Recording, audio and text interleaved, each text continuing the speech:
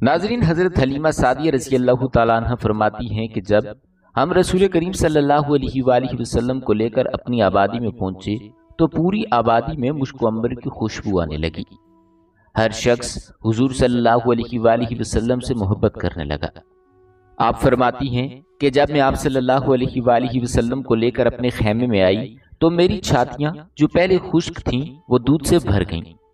دائیں چھاتی سے حضور صلی اللہ علیہ وآلہ وسلم نے دودھ پیا اور بائیں چھاتی سے میرے بیٹے کے لیے چھوڑ دیا، جس سے میرے بیٹے عبداللہ نے دودھ پی لیا۔ حضرت حلیمہ سعدیہ رضی اللہ تعالیٰ عنہ بیان کرتی ہیں کہ جب میں اور میرا خاوند بچوں کو سلانے کے بعد خیمے سے باہر گئے تو ہم یہ دیکھ کر حیران رہ گئے کہ ہماری جو اونٹنی کمزور اور لاغر تھی اس کے تھن دودھ سے بھرے ہوئے تھے، اور اسی طرح ہماری بکریوں کے تھن بھی دودھ سے لبالب تھے۔ وہ بکریاں جو چند گھنٹے پہلے ایک بوند تک دینے کے قابل نہ تھیں، اب کسی معجزے کے زیر اثر ایسی سیراب ہو گئی ہیں کہ ان کے نتنوں سے سفید خوشبودار دودھ کی نہر سی جاری ہو گئی ہے۔ ہم دونوں میاں بیوی نے خوب سیر ہو کر دودھ پیا۔ اس طرح یہ بڑی اور پرسکون رات گزری۔ جب قبیلے کے باقی لوگوں نے حضرت حلیمہ سعدیہ رضی اللہ تعالیٰ عنہ کی بکریوں کا یہ حال دیکھا تو یہ سمجھے کہ یہ کوئی جڑی بوٹی کا کرشمہ ہے جو حضرت حلیمہ سعدیہ کے خاوند حارث بن عبد الرزاق کے ہاتھ لگ گئی ہے، جسے انہوں نے بکریوں کو کھلا دیا ہے، اور یوں بکریاں اس طرح سے دودھ دینے لگ گئی ہیں۔ مگر یہ بات بھی ان کے لیے محض خام خیال ہی ثابت ہوئی۔ حضرت حلیمہ سعدیہ رضی اللہ تعالیٰ عنہ بیان فرماتی ہیں کہ جب حضور صلی اللہ علیہ وآلہ وسلم کی عمر مبارک 8 ماہ ہوئی تو آپ نے پہلی مرتبہ گفتگو فرمائی۔ جب آپ صلی اللہ علیہ وآلہ وسلم کی عمر مبارک 9 ماہ ہوئی تو آپ فصیح و بلیغ گفتگو فرمانے لگے۔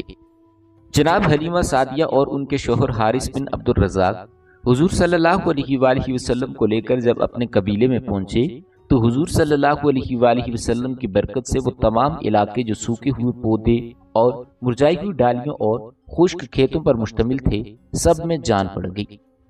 وہ سب ایسے نظر آنے لگے جیسے کسی نے ان پر آب حیات چھڑک دیا ہو۔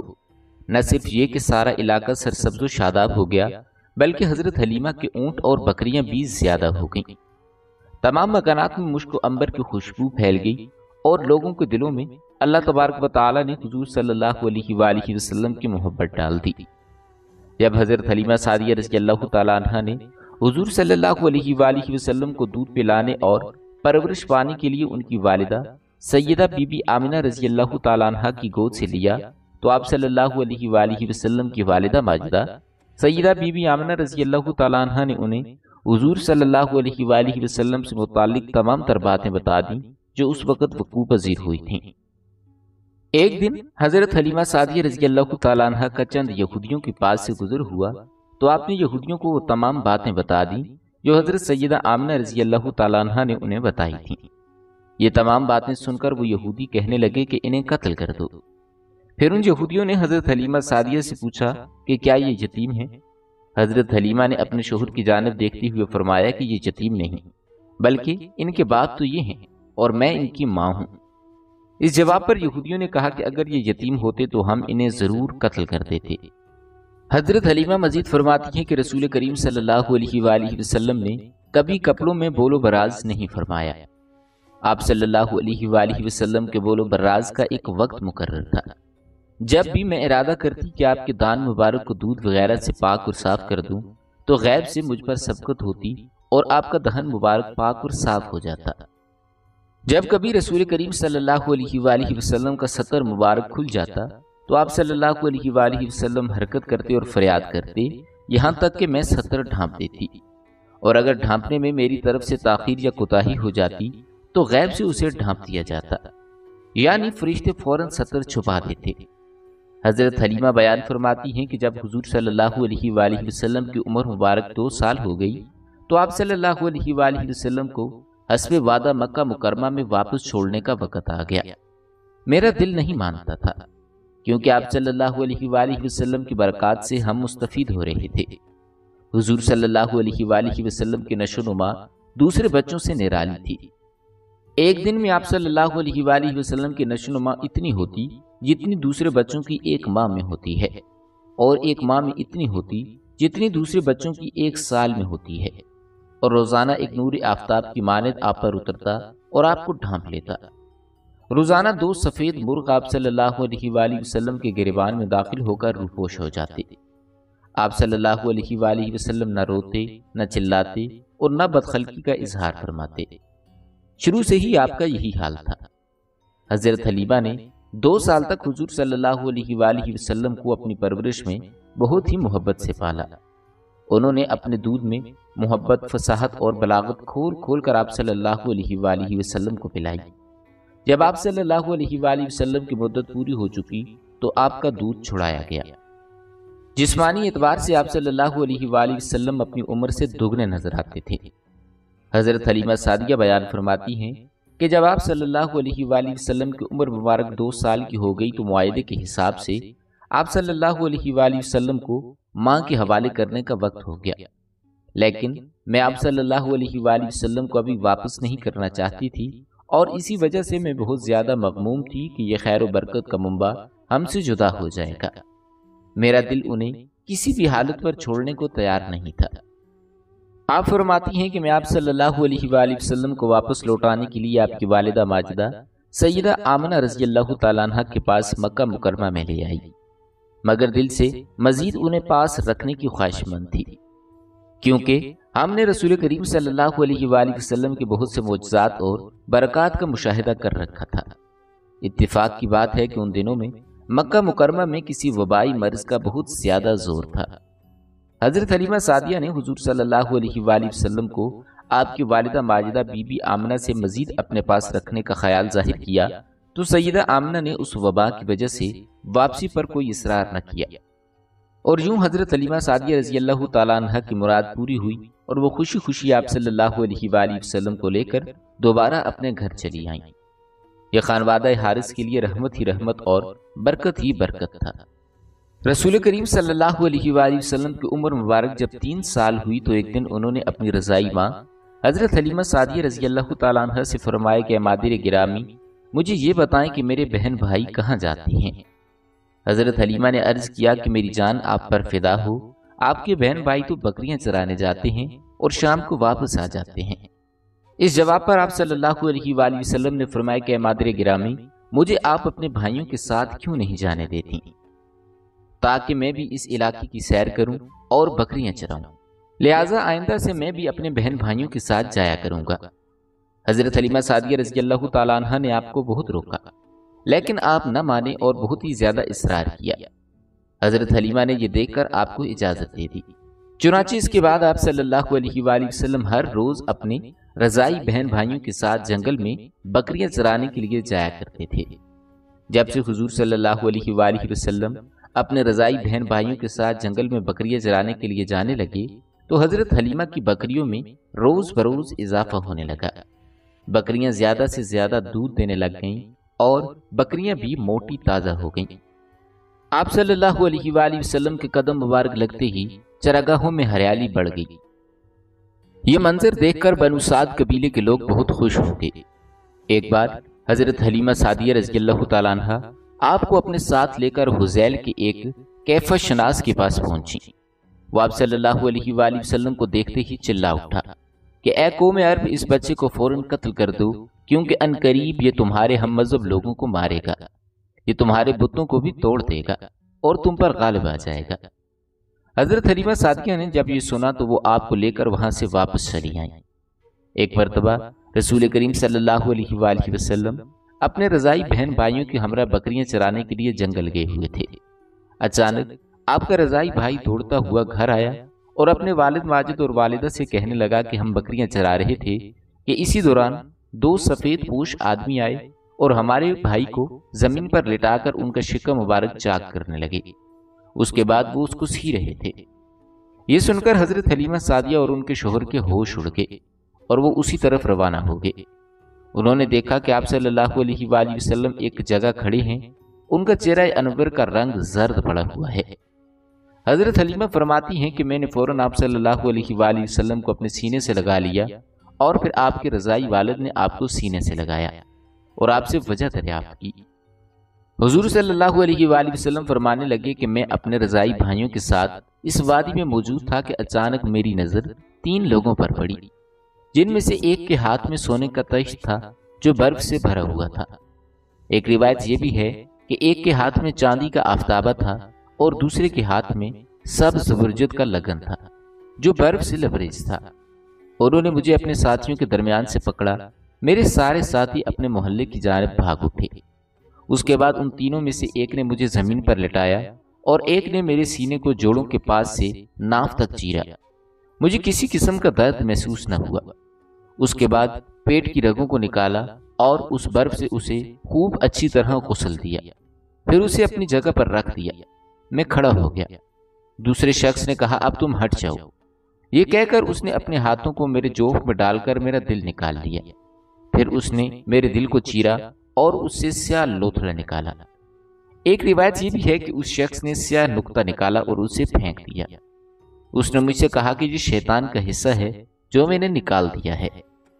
اس کے بعد اس نے اپنے دائیں طرف اور بائیں طرف کچھ اشارہ کیا جس طرح وہ کوئی چیز مانگ رہا ہو۔ انہوں نے ایک انگوٹھی نکالی جس کی نورانیت سے آنکھیں حیران ہو جاتی۔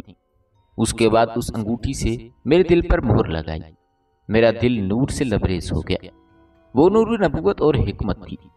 پھر دل کو اپنی جگہ پر رکھ دیا تو میں اس مہر کی سردی اور خوشی کو عرصہ دراز تک محسوس کرتا رہا۔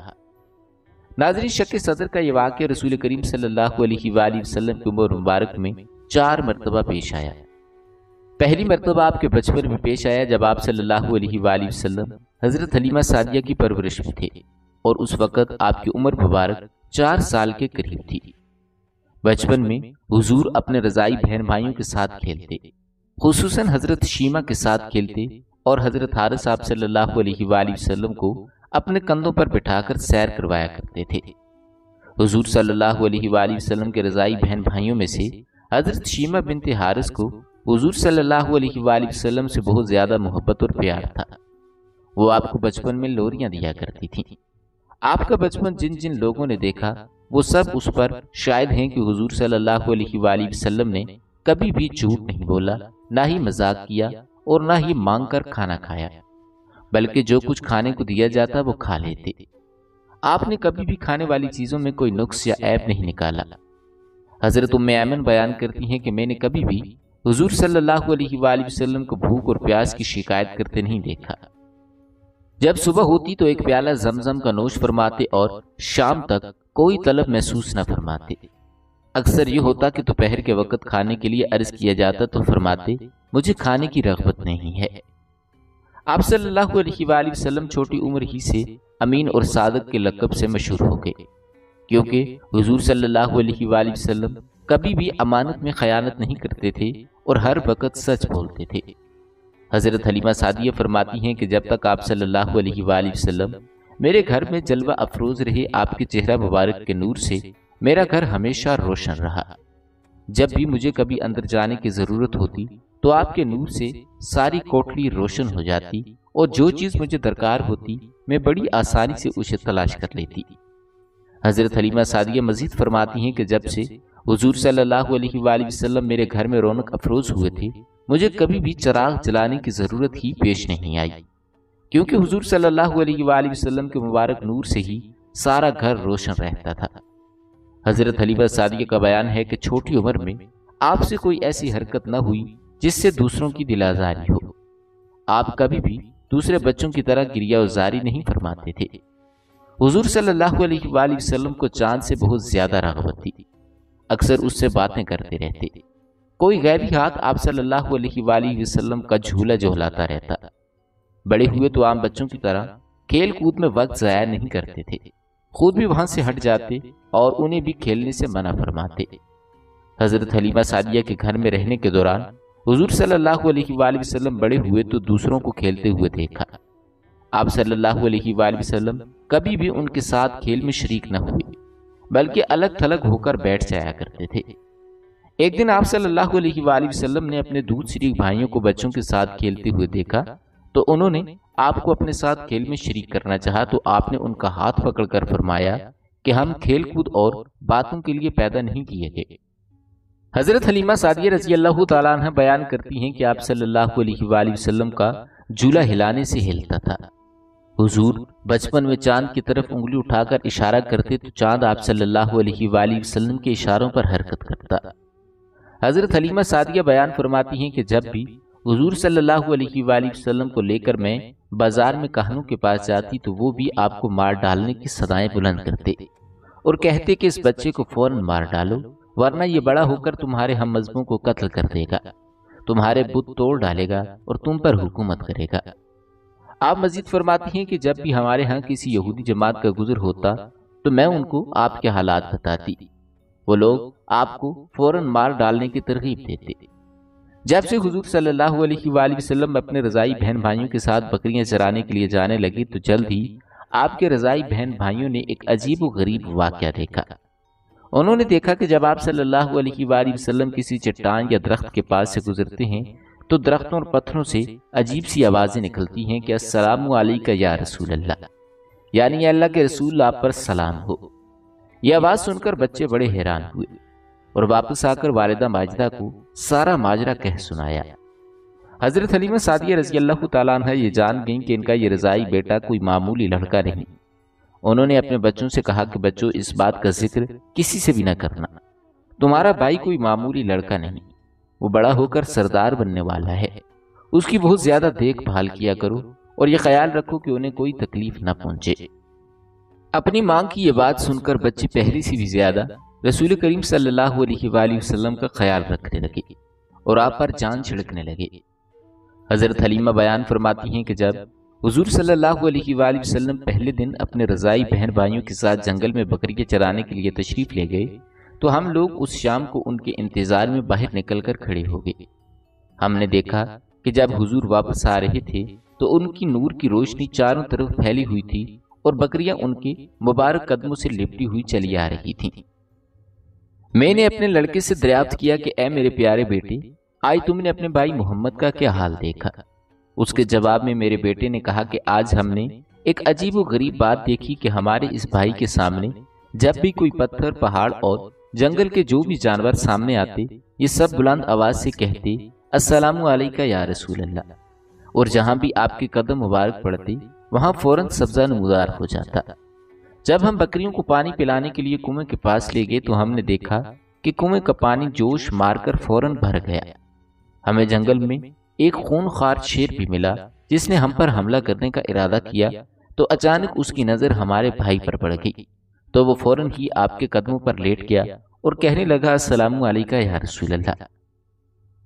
ناظرین، جب رسول کریم صلی اللہ علیہ وآلہ وسلم کی عمر مبارک 4 سال کے قریب ہو گئی تو حضرت حلیمہ سعدیہ سعادتوں اور نیک بختوں کے اس منبع کو اس کی والدہ اور دادا کے پاس لوٹانے کے لیے مکہ مکرمہ کی طرف روانہ ہوئیں۔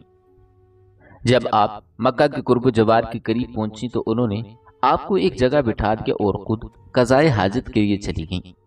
جب وہ واپس آئیں تو انہوں نے حضور صلی اللہ علیہ وآلہ وسلم کو وہاں موجود نہ پایا جہاں پر وہ چھوڑ کر گئی تھیں۔ اس پر وہ بہت گھبرا گئیں اور انہوں نے شور مچانا شروع کر دیا۔ لوگوں سے کہا کہ یہاں میرا بچہ تھا۔ لوگوں نے پوچھا کون سا بچہ؟ اس پر حلیمہ سعدیہ فرمانے لگیں وہی بچہ جو میرے ساتھ تھا، جس کا نام محمد بن عبداللہ بن عبد المطلب ہے، جو میرا سرمایہ اور چاند تھا۔ میں اس کو اس کی والدہ کے پاس لوٹانے کے لیے آئی تھی، وہ ابھی تو یہیں پر تھا، اگر وہ مجھے نہ ملے تو میں اپنے آپ کو پہاڑ کی چوٹی سے گرا دوں گی۔ اس کے بعد حضرت حلیمہ سعدیہ حضور صلی اللہ علیہ وآلہ وسلم کو ادھر ادھر تلاش کرتی رہیں۔ کافی دیر تک تلاش کرنے کے بعد جب آپ صلی اللہ علیہ وآلہ وسلم مل نہ سکے تو وہ نا امید ہو گئیں اور محمد محمد پکارنے لگ گئیں۔ اتنے میں ایک بوڑھا شخص لاٹھی ٹیکتا ہوا حضرت حلیمہ کے پاس آیا اور کہنے لگا کہ حلیمہ کیا بات ہے، کیوں نالہ و فریاد کر رہی ہو؟ میں نے ان سے کہا کہ میں نے محمد بن عبداللہ بن عبد المطلب کو ایک مدت تک دودھ پلایا ہے، اب میں انہیں لے کر ان کی والدہ اور دادا کے سپرد کرنے آئی تھی، لیکن مجھ سے وہ گم ہو گیا ہے۔ اس بوڑھے شخص نے کہا کہ رونا بند کرو اور غم نہ کھاؤ، میں تمہیں اس کی رہنمائی کرتا ہوں جہاں وہ موجود ہوں گے، اگر اس نے چاہا تو ممکن ہے تمہیں ان تک پہنچا دے گی۔ میں نے اس بوڑھے شخص سے کہا کہ میری جان تم پر قربان، وہ کون ہے؟ بوڑھے نے کہا وہ بڑا بت ہے جس کا نام حبل ہے، وہ بڑا مرتبے والا ہے، وہ جانتا ہے کہ تمہارا فرزند کہاں ہے، اس سے جا کر معلوم کر لو۔ حضرت حلیمہ سعدیہ ڈرتی رہیں کہ جب سردار عبد المطلب کو حضور صلی اللہ علیہ وآلہ وسلم کی گمشدگی کا پتہ چلے گا تو وہ بہت ناراض ہوں گے۔ آخرکار حضرت حلیمہ عبد المطلب کے پاس پہنچی تو انہوں نے حضرت حلیمہ رضی اللہ تعالیٰ عنہ کا چہرہ دیکھ کر فرمایا کہ کیا بات ہے، تو مجھے پریشان دکھائی دے رہی ہے اور محمد تمہارے ساتھ کیوں نہیں ہے؟ حضرت حلیمہ کہنے لگیں کہ اے ابو الحارث، میں محمد کو خوب اچھی طرح سے لا رہی تھی۔ جب میں مکہ مکرمہ میں داخل ہوئی تو میں انہیں بٹھا کر قضائے حاجت کے لیے چلی گئی۔ واپسی پر آئی تو وہ غائب تھے۔ ان کی جستجو اور تلاش میں بہت سرگرداں رہی مگر کوئی خبر نہ پا سکی۔ یہ سن کر حضرت عبد المطلب کوہ صفا پر تشریف لے گئے اور قریش کو آواز دی کہ اے آل غالب، میرے پاس آ جاؤ۔ جب تمام قریشی جمع ہو گئے تو قریش نے کہا کہ اے عبد المطلب، آپ کو کیا معاملہ درپیش ہے؟ اس پر آپ نے فرمایا کہ میرا فرزند محمد گم ہو گیا ہے، تم میرے ساتھ ڈھونڈنے کے لیے چلو۔ قریش کے لوگوں نے کہا کہ آپ تشریف رکھیں، ہم آپ کے بیٹے کو جنگلوں، پہاڑوں اور صحراؤں میں تلاش کریں گے۔ قریش کے پرجوش نوجوانوں نے سردار عبد المطلب سے قسمیں کھائیں کہ جب تک ہم آپ کے بیٹے محمد کو تلاش نہیں کر لیتے ہم اس وقت تک کھانا نہیں کھائیں گے۔ تمام لوگ ڈھونڈتے رہے مگر ناکام ہو گئے۔ انہیں حضور صلی اللہ علیہ وآلہ وسلم کہیں پر بھی نہ ملے تو سردار عبد المطلب مسجد حرام میں داخل ہوئے اور خانہ کعبہ کی طرف متوجہ ہوئے۔ پہلے تو طواف کیا، پھر بارگاہ الہی میں التجا کی کہ اے میرے پیارے رب، میری کسی سواری پر سوار ہو کر چلنے والے سوار جانی محمد کو مجھ پر لوٹا دے اور مجھ پر تو اتنا خصوصی کرم فرما۔ سردار عبد المطلب کو غیب سے آواز آئی کہ اے لوگو، غم نہ کھاؤ، کیونکہ محمد کا محافظ خدا ہے، وہ آپ صلی اللہ علیہ وآلہ وسلم کو اپنی حفاظت سے کبھی دور نہیں فرمائے گا۔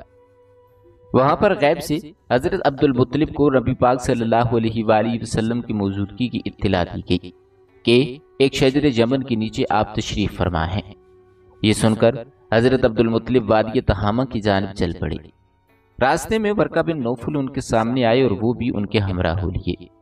جب یہ حضرات وادی تہامہ پہنچے تو دیکھا کہ حضور صلی اللہ علیہ وآلہ وسلم کھجور کے درخت کے نیچے تشریف فرما ہیں اور اس کے پتے چن رہے ہیں۔ حضرت عبد المطلب نے پوچھا کہ اے فرزند، تم کون ہو؟ آپ نے فرمایا میں محمد بن عبداللہ بن عبد المطلب ہوں۔ حضرت عبد المطلب نے کہا کہ میری جان تو پر قربان، میں تمہارا دادا عبد المطلب ہوں۔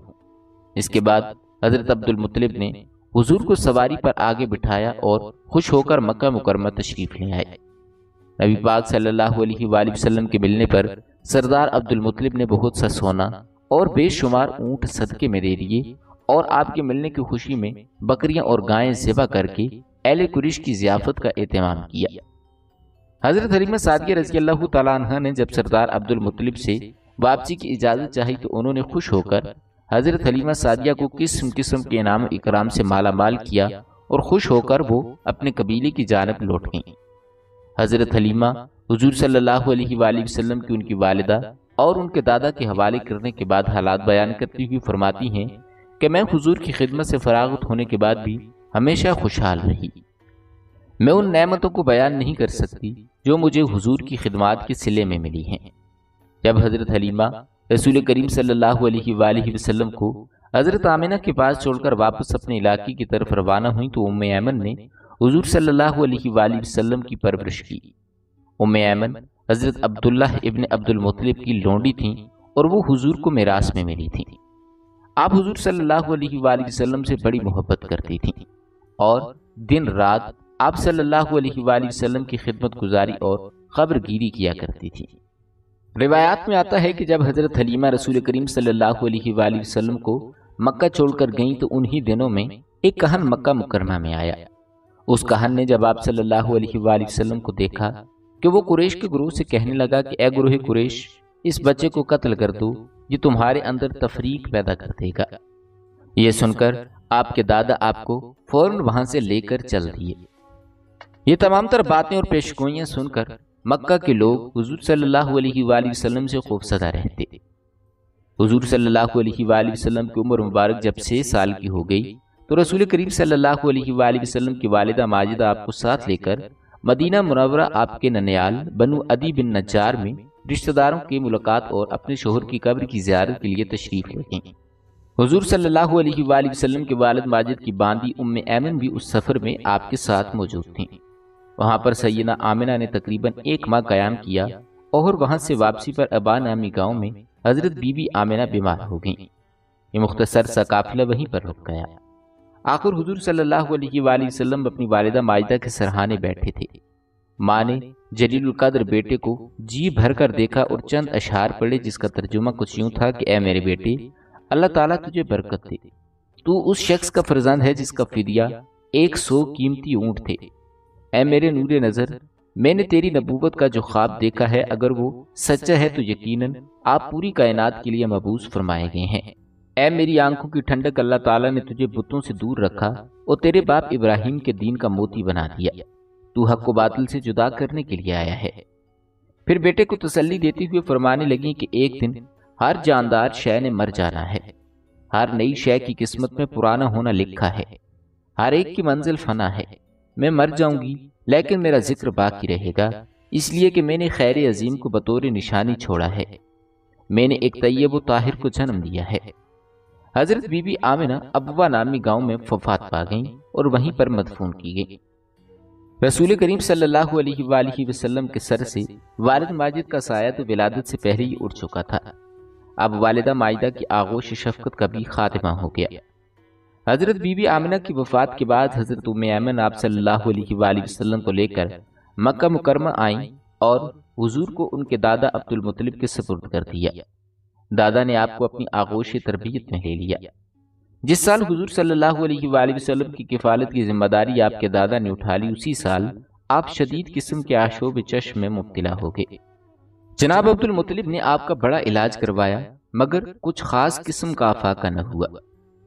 ایک عیسائی خانقاہ کے راہب جو اوقاز میں رہتے تھے ان کو دکھایا لیکن کوئی فرق نہ آیا۔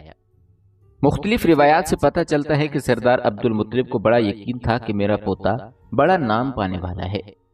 اسی زمانے میں ایک جماعت سردار مکہ سے ملنے آئی۔ یہ لوگ کھوجی اور کیفا شناس تھے۔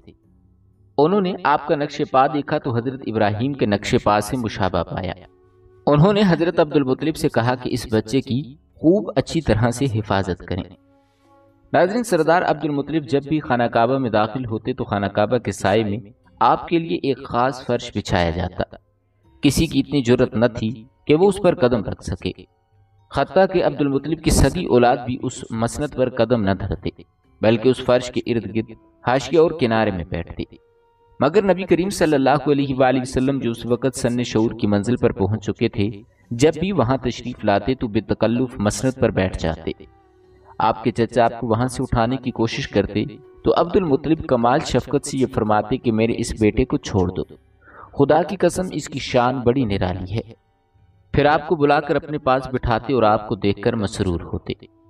ناظرین، حضرت رقیہ بنت ابی صفی رضی اللہ تعالیٰ عنہ فرماتی ہیں کہ کچھ عرصے سے قریش میں بہت زیادہ قحط پڑ رہا تھا، جس کی وجہ سے وہ سب تنگی میں مبتلا تھے۔ زمین پر گھاس نہیں اگتی تھی اور سارے جانور کمزور ہو رہے تھے۔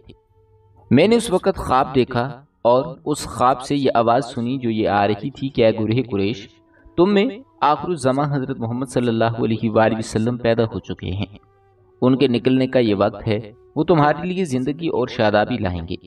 تم ایسے شخص کو دیکھو جو تم میں بزرگ، بلند قامت اور خوش رو اور لمبی پلکوں والا اور بلند حسب و نسب والا ہو، وہ اپنے بیٹے کو اور تم اپنے بیٹے کو لے کر نکلو اور ہر وادی سے ایک شخص خوشبو لگا کر نکلے۔ کعبہ کا طواف کرنے کے بعد کوہ ابو قبیس پر جاؤ اور وہاں جا کر وہ شخص دعا کرے، تم سب اس کی دعا پر آمین کہو تو بارش ہو جائے گی اور تمہاری زندگی سنور جائے گی۔ حضرت رقیہ فرماتی ہیں جب میں نے اپنا یہ خواب سب کو سنایا تو میرا خواب سن کر ہر شخص پکار اٹھا، جو آپ نشانیاں بتا رہی ہیں وہ ساری سردار عبد المطلب میں پائی جاتی ہیں۔ سب لوگوں نے خواب کے مطابق عمل کیا اور حضرت عبد المطلب نے حضور صلی اللہ علیہ وآلہ وسلم کو دوش مبارک پر بٹھا لیا اور اللہ تعالیٰ کے حضور دعا کی۔ راوی لکھتے ہیں کہ خدا کی قسم ابھی لوگ اس پہاڑ سے نیچے بھی نہ اترنے پائے تھے کہ ایک بادل بیت اللہ کی طرف سے اٹھا اور اتنا برسا کہ سب نالے بہہ نکلے۔ سب لوگوں نے مل کر کہا کہ سردار مبارک ہو۔ وہ بارش ہر جگہ ہوئی مگر دو شہروں کیس اور مضر میں نہ ہوئی۔ ان شہروں کے رہنے والے لوگوں نے آپس میں مشورہ کیا کہ ہم سردار عبد المطلب کے پاس تشریف لاتے ہیں اور ان سے دعا کی درخواست کرتے ہیں۔ چنانچہ یہ سب لوگ مکہ مکرمہ میں آئے۔ عبد المطلب سے ملاقات کرنے کے بعد ان سے دعا کی درخواست کی۔ سردار عبد المطلب نے ان کی درخواست قبول کرتے ہوئے فرمایا کہ میں نے تم لوگوں کی باتیں سن لی ہیں اور اسے قبول کر لیا ہے۔ میں تمہارے ساتھ کل کا وعدہ کرتا ہوں کہ تمہارے علاقوں میں اللہ تعالیٰ نے چاہا تو کل بارش ہوگی۔ جب صبح ہوئی تو سردار عبد المطلب وہاں پر تشریف لے گئے۔ اس وقت حضور صلی اللہ علیہ وآلہ وسلم بھی ان کے ساتھ تھے۔ حضرت عبد المطلب کے سوا دوسرے لوگ بھی اپنے بیٹوں کو لائے تھے۔ سردار عبد المطلب جب اپنی نشست پر بیٹھے، اپنی گود میں اپنے پیارے پوتے حضور صلی اللہ علیہ وآلہ وسلم کو بٹھا لیا اور اللہ تعالیٰ کے حضور ان علاقوں میں بارش کے لیے دعا شروع کر دی۔ ابھی آپ فارغ بھی نہ ہوئے تھے کہ بارش شروع ہو گئی۔ عبد المطلب نے ان دونوں شہروں کو لوگوں سے کہا کہ اے لوگوں، واپس اپنے علاقوں میں چلے جاؤ کیونکہ وہاں بارش برسنا شروع ہو گئی ہے۔ جب وہ لوگ واپس اپنے علاقوں میں پہنچے تو وہاں پر بارش ہو رہی تھی۔ ناظرین، جب حضور صلی اللہ علیہ وآلہ وسلم سردار عبد المطلب کے زیر سایہ شفقت پا رہے تھے تو آپ صلی اللہ علیہ وآلہ وسلم کی آنکھیں دکھنے لگیں۔ ابن جوزی کے مطابق اس وقت آپ کی عمر مبارک 7 سال تھی۔ آنکھیں دکھنے پر مکہ مکرمہ میں علاج کروایا مگر کوئی فائدہ نہ ہوا۔ لوگوں نے عبد المطلب کی خدمت میں عرض کیا کہ اوقاس کے قریب ایک راہب رہتا ہے، آپ ان سے اپنے پوتے کا علاج پوچھیں۔ یہ راہب علاج چشم کے لیے بہت مشہور ہے۔ سردار عبد المطلب اپنے پوتے کو اپنی گود میں لے کر اوقاس کی طرف چل پڑے۔ شام کے وقت وہاں پر پہنچے، لوگوں سے راہب کا پتہ دریافت کیا۔ انہوں نے بتایا کہ وہ 1 سال سے اپنے مکان میں بند ہے اور عبادت کر رہا ہے۔ جب حضرت عبد المطلب رسول کریم صلی اللہ علیہ وآلہ وسلم کو اٹھائے ہوئے اس راہب کے مکان پر پہنچے تو آپ نے واقعی مکان کو بند پایا، لیکن کچھ ہی وقت گزرا تھا کہ راہب گھبرایا ہوا باہر نکلا اور ادھر ادھر دیکھنے لگا۔ راہب حضرت عبد المطلب کو دیکھ کر ان کے پاس آیا اور حضور صلی اللہ علیہ وآلہ وسلم کو بڑی غور سے دیکھنے لگا۔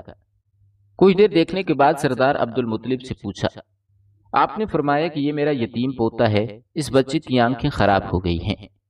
راہب نے تمام تر نشانیاں دیکھ کر کہا کہ یہ تو اللہ کا نبی ہوگا۔